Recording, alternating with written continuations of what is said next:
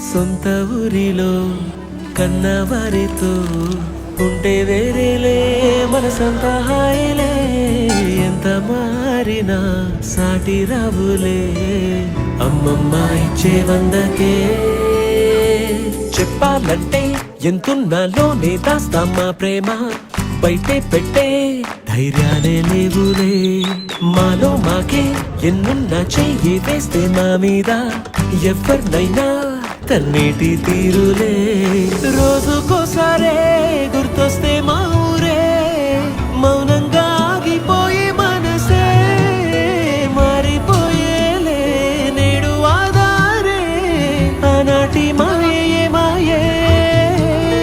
దేవుడు కనిపించి ఏం కావాలని అంటే మళ్ళీ వెళ్తాం మేమంత చిన్ననాటికే.